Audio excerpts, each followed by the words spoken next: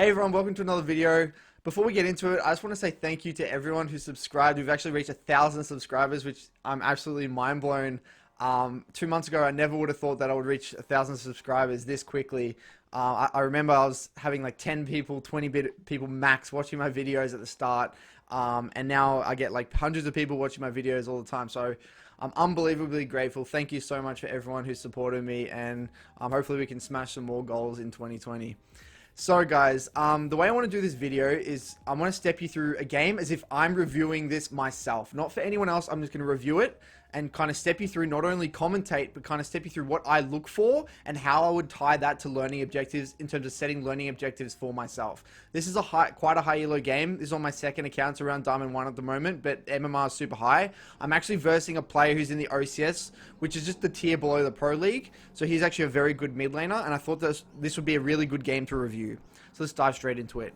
First of all, guys, in terms of the jungle matchup, I have the Sejuani, they have the Rek'Sai, and it's Orianna versus Syndra mid, which means it's going to be a very rough game for me. Because when you have Orianna with Sejuani, we have low threat, low pressure early game jungler with a low threat, low pressure early game mid lane, which does not go well together. So then they have Syndra and Rek'Sai, which is the complete opposite, which means they're going to have a lot of river control, which makes it, I have to play pretty much flawlessly this game if I want to win. Unless, you know, I have to rely on my side lanes winning, which is not in my control. Secondly, so in terms of my game plan, I remember coming into this game thinking, okay, as Syndra, when you're versing Syndra as Orianna, you don't want to push. I can't push this guy in. I don't want to contest level 1 super hard because he outranges me. And his Q cooldown is, I don't know if it's similar to Orianna. I think it's a little bit shorter. But the main reason is that Rek'Sai is going to be a lot more active in the early game, and I know Sejuani can't back me up. So ideally, what I want to be doing is keeping the wave somewhat in the middle or slightly on my side. Without letting him build a big wave, because if he can build a big wave, then he can poke me under tower, and it can get quite out of control. So let's see how I navigate this early portion of the lane. Already there. I'm going to go very in detail because I think the more in detail, the better. Already, I want you guys, for the sake of this video, imagine there's like an imaginary tether range. Constantly in my mind, because I know Syndra's range so well, I know that I'm standing in and out of that max Q range because I actually want Syndra to throw a Q at me so then I can step back. So what I'm doing in my mind is walking within this bubble and then walking out of this bubble. And then I actually end up baiting a Q. Right there, bang. Bait that Q. So he's already 1 Q missed. And this is just what I call a small win in terms of he's used the cooldown, he's used mana, and he didn't get anything for it. So that's a small win in my books. Straight away, he's hitting this minion. So then I start auto-attacking this minion. And this is because I don't want to let him build a wave and I want to keep it in the middle. So I'm auto-attacking. Bang, again. Another thing that I'm doing here, guys, I'm not... So notice how, again, I'm keeping him at a tether and I'm keeping my clicks really short. Look at my clicks here. I'm keeping my clicks really, really short because I want to shimmy in and out of this range. So then... Because as I'm auto-attacking, he's going to look to Q me. So I know that if I walk up and get in range to auto-attack this minion, he's going to throw a Q. So I have to preempt that and then shimmy in and out of this Q and then step back and then step back forward after his Q's missed. And then I can go auto-attack like this. Bang. Thinning, again, keeping at max range, thinning the wave as much as I can. Again, notice how I'm not walking up too aggressively to trade and throwing my Q. That's for 2 reasons. I don't want to throw my Q through the minions too much because I don't want it to be pushing towards him. And then secondly, I don't feel like there's any need to right now. I can play quite patient. Yes, it's bad because my mana flow hasn't been procced yet, but I'm playing quite slow in this early laning phase. This is how I personally like to play this matchup. There, bang, hit the first one, step forward. This is a beautiful juke that you guys can copy in your own games. Notice how, in terms of, I've said this in another video in terms of my juking pattern, dodging patterns. Notice how all my dodges so far, I've been keeping it at max range and then stepping in and then going back. So I've always juked backwards. Now, when he walks up now, look at what I do for the next dodge. Q, and then look at that, I walk forward. Instead of going backwards, I walk forwards. So now what this is doing is actually switching up and mixing up my dodging patterns. And this is super, super important because it creates it creates chaos, and it creates like this random nature to your gameplay, which makes it very difficult for them to know where to throw their abilities to hit you. Thinning again, stepping forward, auto queuing, and let's look at this trade again. I know that he wants to walk up here, so then I've got my ball here. So now what I want to do, instead of walking backwards, I'm walking forwards a little bit, knowing that if he gets too close, I can throw my ball backwards. Like right now, as Orianna, what I'm actually doing is looking at this little thing here. If this is yellow, it's telling me I have a little bit of space to walk back, but I really don't want this ball to actually flick back to me. If this goes red, it's going to be bad because I don't want it to flick back to my character. The reason I don't want it to flick back to my character is because the strength of Orianna, if your ball is already out in the lane, you can walk backwards and then bring it back slightly like that simultaneously. Look at this. And I can move and move my Q at the same time, which is really, really strong. And nice little dodge again. Q, weaving in my Qs. And notice how every single time I've dodged sideways, backwards, forwards. I'm always changing up my dodging pattern. Great, now the wave's in a really good spot. It's just sitting in the middle like this. I've got my level 2 first. He's already used one health pot. I've started corrupting pot. He started Doran's, and he's used one of them already. So already, it's really, really good. He actually messed up his E there, which means I can walk up and look for a Q there. Notice how I got this Q just here. He missed his E. So now already what I'm thinking about right now is this minion. These minions, you can see these little laser beams, you know, it's like Star Wars, like the stormtroopers. They're shooting this one here, which means I know that Syndra's going to try and position around this way to get away from me, and then he's going to stop somewhere around here, and then he's going to stop to auto attack this one. And look what he does. He walks up around there, and then he Qs it, but I try and punish him because I know he wants to be in range for those minions, so I walk up and throw my Q as he wants to last hit those minions. That's why I was able to kind of get that bit of poke off there. And the importance of taking these it's really important to take these small trades because as Orianna as well, since I take Scorch, it's really good to constantly proc Scorch. Now he's already used 2 pots. I've used one corrupting pot. He's used 2 pots right now. So I'm actually winning this lane really hard right now. And I'm thinning the wave a little bit so it doesn't get out of control. He's getting frustrated trying to walk past the wave and attack, and look at this. So this is just intuition here. He's getting frustrated trying to walk past the wave and QE me. But again, I'm now, instead of like bitching it and walking forward, I'm walking this way. And it's very difficult for him to... Okay, look what I actually do there. I actually do a shimmy. I walk this way and then I walk that way. Again, what I'm trying to do is... If my movements are really long, like I've spoken about this in my last minute, if my movements are really long...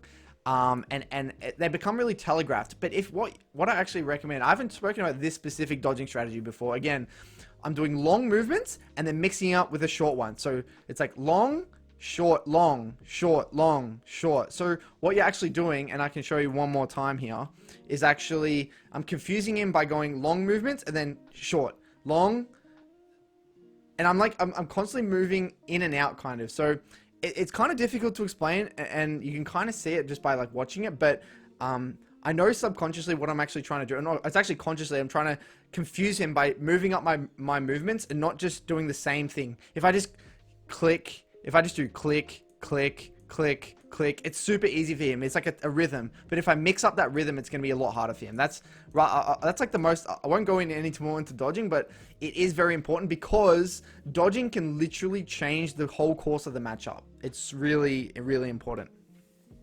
And it's a skill you guys can practice. There's a website called like LOL Dodge Game. You can go on there and actually practice your dodging. So I actually recommend that for you guys if you do struggle with your dodging. And again, what am I trying to do now? I can't really stop him from pushing the wave, so he's actually crashed the wave. And I already know right now that he wants to base. He's used both of his pots. He's got the wave in. This is his only opportunity to base. So what do I do? Now I recognize that. So now I start to try and last hit these minions as well as I can and push out and get a reset for myself. So that's why I throw my Q and my W and all these minions. Last hit, bang, E, and then I reset.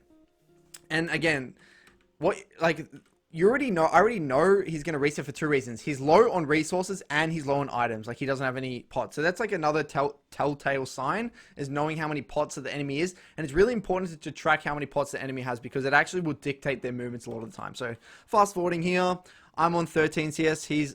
I'm on 20. He's on 13. I don't even have to teleport back to lane here. I'm actually going to conserve it because I don't need to use it. Because there's no reason me teleporting. Even if I teleport here, there's nothing I can do, because Rek'Sai is going to be in top river, and the wave's slow pushing to me regardless, so I can actually save my teleport here.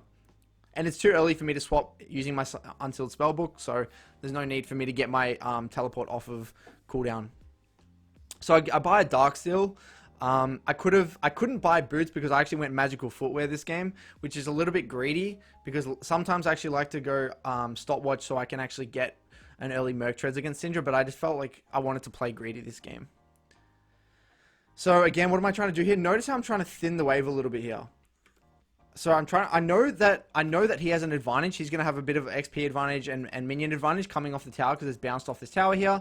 So instead of bitching it completely, I'm trying to auto attack as much as I can, keep him out of range here, dodging to the side, and thin these creeps just a little bit here. Any amount of thinning I can do before it crashes the tower is going to save me time and lessen the amount of tempo or move that he has in between these waves. So that's why I'm using my abilities on the wave like this. So I end up just CSing pretty well here. Not too bad. And now Syndra, and this is what I actually spoke about in my last Syndra video. I hate when Syndras do this. He's throwing his W unnecessarily. This will do no damage even if it hits me. And look what he does now. He even throws he misses the Q and then throws the E. Now look at his mana pool. Because he hasn't managed his mana pool, he's just come back to lane. Yes, he has 2 Doran's rings, but now this is ringing alarm bells. And look at this. I actually start to play a lot more aggressive than I have before. Look at this. I actually end up like walking up more aggressively. I actually walk up and QW him, and I'm not scared. I don't have to walk back because he has no mana. So then what I actually do, because I don't want him to base, and when you see an opponent that, you know, is and you don't want them to base, just pull the wave. And it's very difficult for them to stop you because they have no mana. So what I actually do is hold the wave here. I actually walk up, get a deep ward in the lane to try and spot him, and try to spot him out with my Q. And I just pull the wave out like this, and then freeze it in my tower.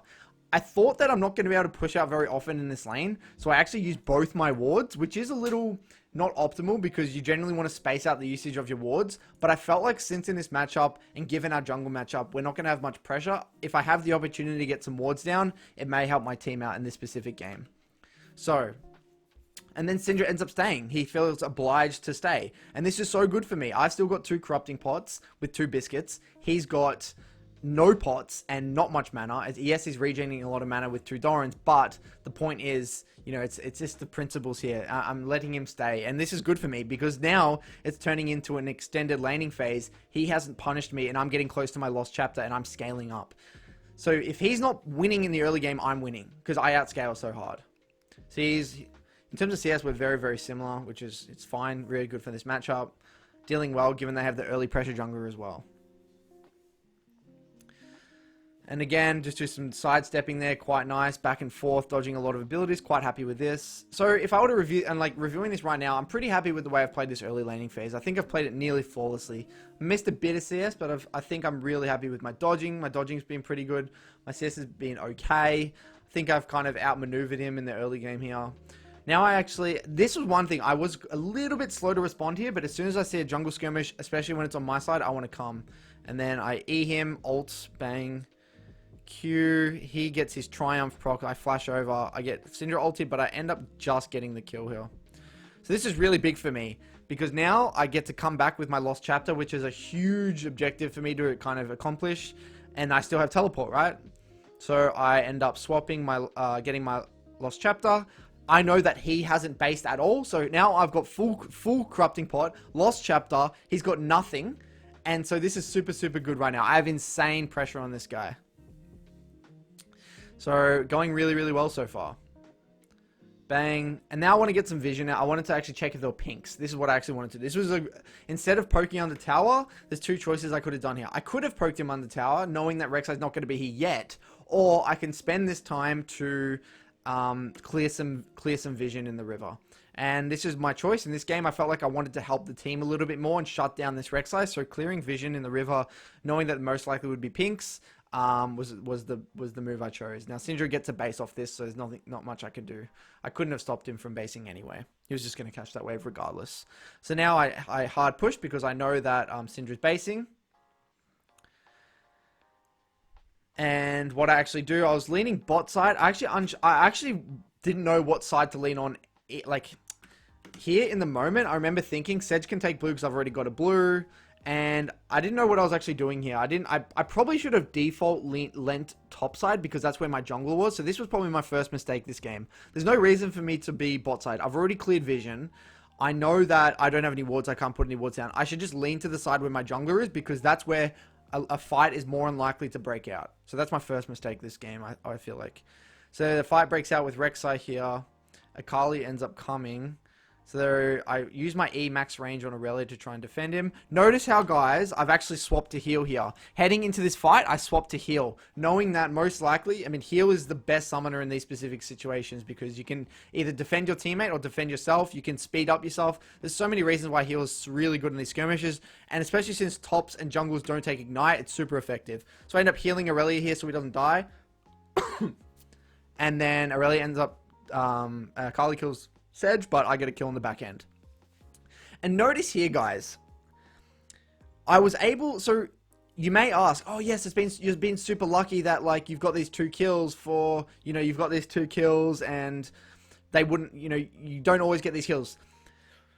I put myself in positions to get these kills by playing my lane well. I've put myself in position to actually be healthy enough to reach these skirmishes. I've put myself in position to have enough control to move to these skirmishes, even though I'm in an unfavorable matchup with very little river control. So yes, it is a bit fortunate, but again, when you're playing mid mages, it's all the small things that sow the seeds of success. It's all the small things that end up creating opportunities for yourself, like these nice little skirmishes that you'll get to, or these team fights you'll get to before them, or maybe this item that you wouldn't have had otherwise. So now you'll actually see me. I know that I'm quite a lot stronger than Syndra at the moment, even though she has Lost Chapter.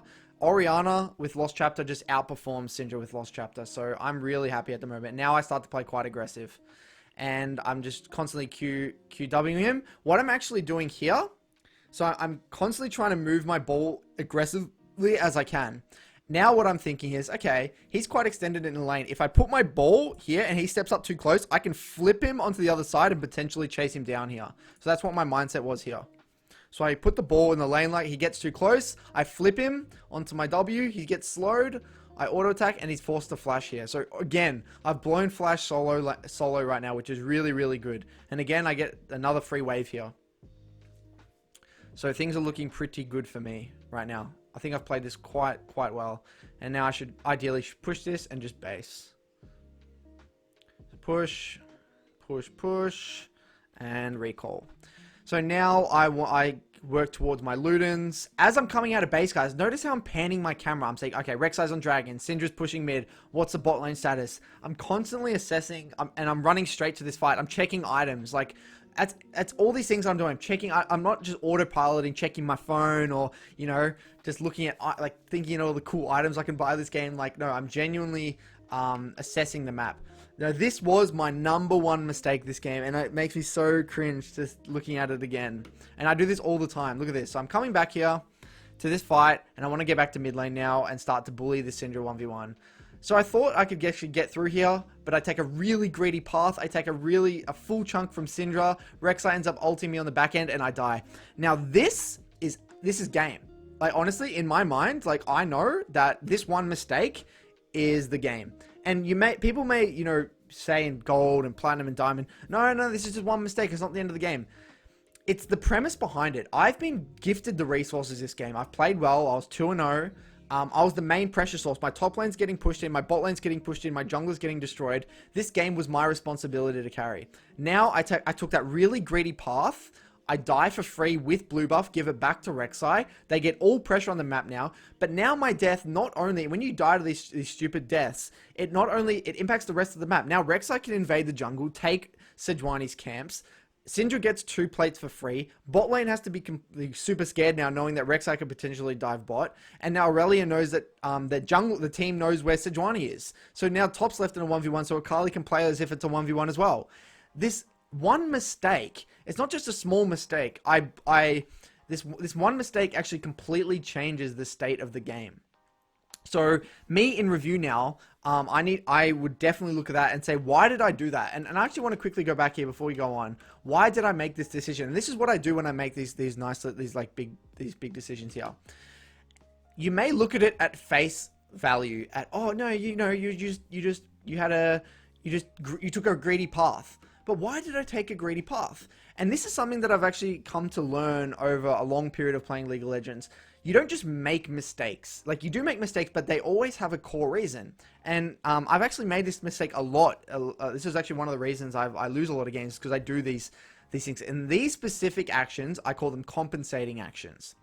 So, mentally, me in this game, and me at this point, I'm already thinking, I have to carry this game. My top's losing, my bot's losing, my jungle's getting shit on. So, my mindset is, I have to get to mid lane because I don't want to miss CS, because if I don't get this CS, I'm not going to be able to carry. Because I have this compensating, just like toxic mindset, rather than just being free flow in the game, whatever happens, happens, just play appropriately in the moment. Because I have this thing in my mind, it actually affects the way I play. And then this is uncharacteristic for me if I was in a free flow, comfortable state of mind. But because, again, I feel like I have to perform in this game. I can't die. I can't mess up. I have to carry. I'm the carry of this team. I do this really awkward move just to play a little bit more greedy, and then I die. So for me, rather than make a note and say, don't take greedy paths, it is, for me, I would actually make a note of my mental state. Like, Curtis, you need to be way more free flow in the game. Don't have expectations to carry. Play the game optimally. And that's something I would make note of, like checking my mindset. Like, it is a little bit weird. I know it sounds a bit weird, but for me, and me working with pro players in the past, this has been a core reason as you see people make mistakes. It's either like they autopilot, they have some weird mindset going on through a game where they have to carry, or maybe they have no confidence and they play completely like a bitch. It's all these little things that actually dictate your gameplay. So I know it sounds a bit voodoo, whatever, weird hippie shit, but seriously, if you can reflect and have time to reflect on your own mistakes, you actually realize how those mistakes are tied to deeper core issues. Which is a bit psychological, and it's getting a bit intense in here, but yeah, that's how I found anyway. So now, notice again, I'm coming out of base. I'm constantly assessing the map. The game's not over. It's just very, very difficult from now on. Syndra's now got 2 plates. I've lost a lot of CS. Syndra's now a lot more. Is it 20 or 15-ish CS on top of me around that, which is not looking good. He gets a nice little reset. So there goes my lead completely, you know. So now we have no control either. So I need to just continue to pressure this Syndra ideally when she comes back to lane, but I need to do it carefully while getting vision and leaning on one side. That's what I need to do. So I get this, and rather than hitting the tower, guys, what do? I get vision on one side, because if you don't have vision on one side, you can't lean. And this is also helping the team. If I spot Rek'Sai on Raptors, it means my bot lane's going to be able to play a little safer. It means my Rally is going to be a little safer. Me being able to ward these not only helps me, but it helps my team. And that's a big mistake I've been seeing in gold players and like coaching people, is that they just spend their time hitting the tower. Vision is a long-term investment that actually helps you and the team way more than getting like plates. That's just my personal opinion, especially when you're playing in mobile mid-majors. Now I have to respect a little bit here, because if I get, if Rek'Sai was just sitting in that bush on the side, I still die even though I'm leaning. So I just respect a little bit here. Luckily, we see Rek'Sai on these Raptors here, and we get to spot them out. And we see Rek'Sai base. So all of this information my team would not have had if I hadn't actually spent the time to get those wards, which I was pretty happy with. And now I'm getting some nice little poke off onto this Syndra. This is what I ideally want to do. And now I see a skirmish. And notice how my default response is instantly respond. A tip, guys, when you see a skirmish in river and you know it's somewhere around here, start walking there. And then as you're walking there, then you can make your mind up, is it worth going to the fight or not? Don't make your default response not go. Always make your default response move and then decide on the way. Maybe I missed too much CS. Maybe this fight's lost anyway. Maybe I'll die, or whatever it is. Then I move, and then I can decide on the way. And knowing that this is an okay skirmish, then I go. I swap to ignite. Notice how I swapped to ignite, and then I thought he'd already used E. I was like, there's no way he would have E after that whole skirmish, but he did. And then I end up getting the kill on the back end here. Then I see Rek'Sai, and I'm like, okay, am I going to get dived here? No way. Like, no way. I've got both sums. There's no way I'm going to die here. So I walk up under tower, thinking that if I just kill the creeps, I might be fine, but they end up just diving me. And I thought I could just flash either the Rek'Sai, Umbro, or the stun, but I got myself in such an awkward position where I just died. So this is my second biggest mistake this game, is dying to this gank. I knew Rek'Sai was there, yet I still died. And this is really, really bad for two reasons. Again, I'm losing a metric ton of CS because I'm dying with the creeps crashing on my tower. I died knowing where the jungler is, and that is the worst thing possible, because when you die when you know the jungler's there, it means the jungler is most likely done an efficient path to get to that location. Or sometimes they even skip camps to go to that play. If you don't die to that play, and the jungler's actually invested time in walking all the way there to make the play, by not dying, not only do you spot the jungler and your team gets to play safe, you actually waste the jungler's time, and they actually get behind your team's jungler, because your team jungler is either doing something else farming when they're not. So it's actually a little thing there. So me dying there was absolutely massive, and that's another game-losing play for me right now. I was 2-0 this game. Now my bot's losing. I've been gifted a bunch of kills, but it wasn't enough. It wasn't good enough for me. So again, this play for me, again, I would honestly tie this down. It is a bit more misjudgment, but again, I wasn't in the right mindset. Rather than playing this properly, playing a lot safer, all I had to do was just walk up here, wait a little bit. My Aurelia is on her way, and just hug this bot side of the lane. If I just hug over here, they can't kill me, or just wait for my Sejuani or something. Like, it's not a big deal for me to actually just give, like, he can't even get another plate anyway. There was only 3 range creeps there regardless. So this was just a terrible play. And I actually, again, this for me is just a mindset problem. And this is something that I have to work on.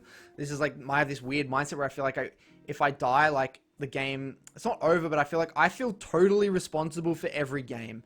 And I would not blame my teammates at all for this. This is like all on me. Yes, my teammates lost, but these 2 mistakes that I did outweigh everything else that my team did. I don't even give a shit about what my teammates do this game. All I care about is my things that I do to directly impact the game. And that's the mindset you guys got to come in with every game, is maybe your bot lane, your top lane, your jungle loses. But if you make, you should be focusing on all the mistakes that you made, how you adapted in that game. And even though this game was really hard, I made those 2 mistakes that, in my mind, were the 2 biggest reasons why we lost this game.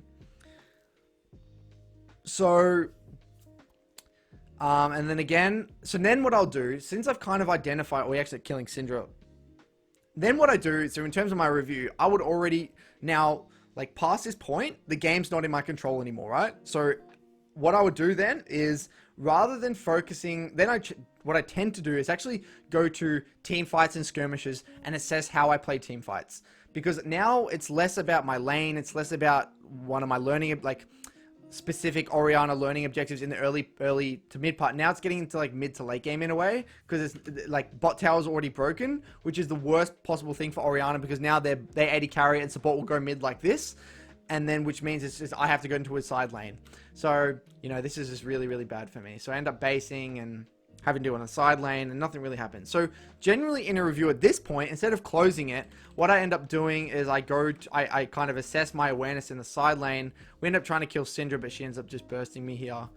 And then Akali TPs. And again, this stuff is not that important.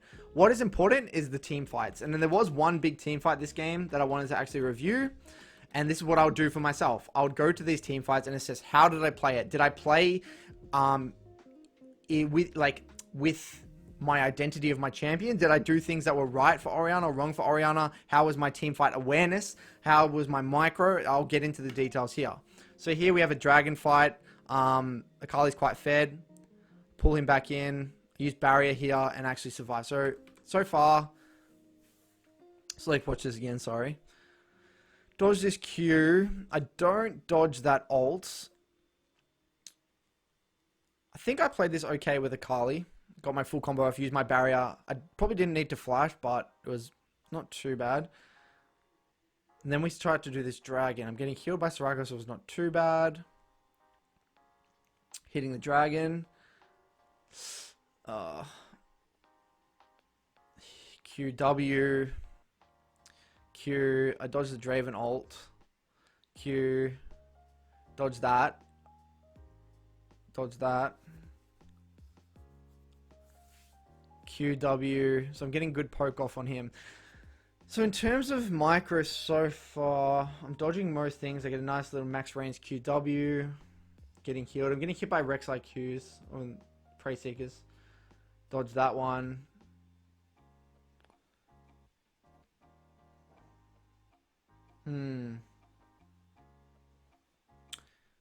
So in terms of micro, it wasn't played too bad, but my biggest concern with this whole thing is that I should have called it off. Because this fight is not good for us anymore. Like after Senna dies, we don't win this fight anymore. Because I don't have ultimate, Sejuani doesn't have ultimate, Rek'Sai's coming back, Akali is going to come back in TP soon. This fight is not good for us anymore. Like, I should just ping back. Like, yes, like we can stop them from doing Dragon, but but we need to regroup on the other side. This is just really not good here. Like, we can't walk in. They're just pulling the Dragon outwards. This is really, really bad for me. So I think another takeaway here, and this is actually probably one of my other learning objectives, I don't call off enough plays. Like, a lot of the time I get brought into these plays, whether it's a Dragon, a Rift Herald, a Tower Siege, whatever it is, a dive, and I just go with the flow sometimes. I just say, yes, okay. If someone pings it, I'll say, yes, okay. Rather than assessing the situation, making the own executive call for the team and saying, no, this is not a good play. So this is probably my biggest takeaway from this fight specifically, is I should have actually called this off. So I'll leave it here, guys. I thought this was quite interesting, and I mean, I don't know, if it was helpful, great. If not, let me know. I'm kind of experimenting with different types of videos. So you can try doing your reviews similar to this in your own games, going really in detail, looking at how you played the lane. Did you have the correct plan heading into the game? How was your micro? How was your team fighting? How was your awareness? And then again, be really hypercritical of yourself and your mistakes. And this is what's going to help you climb, guys. So thanks for watching, guys. Again, thanks for, so happy with the 1,000 subscribers. It means so much to me.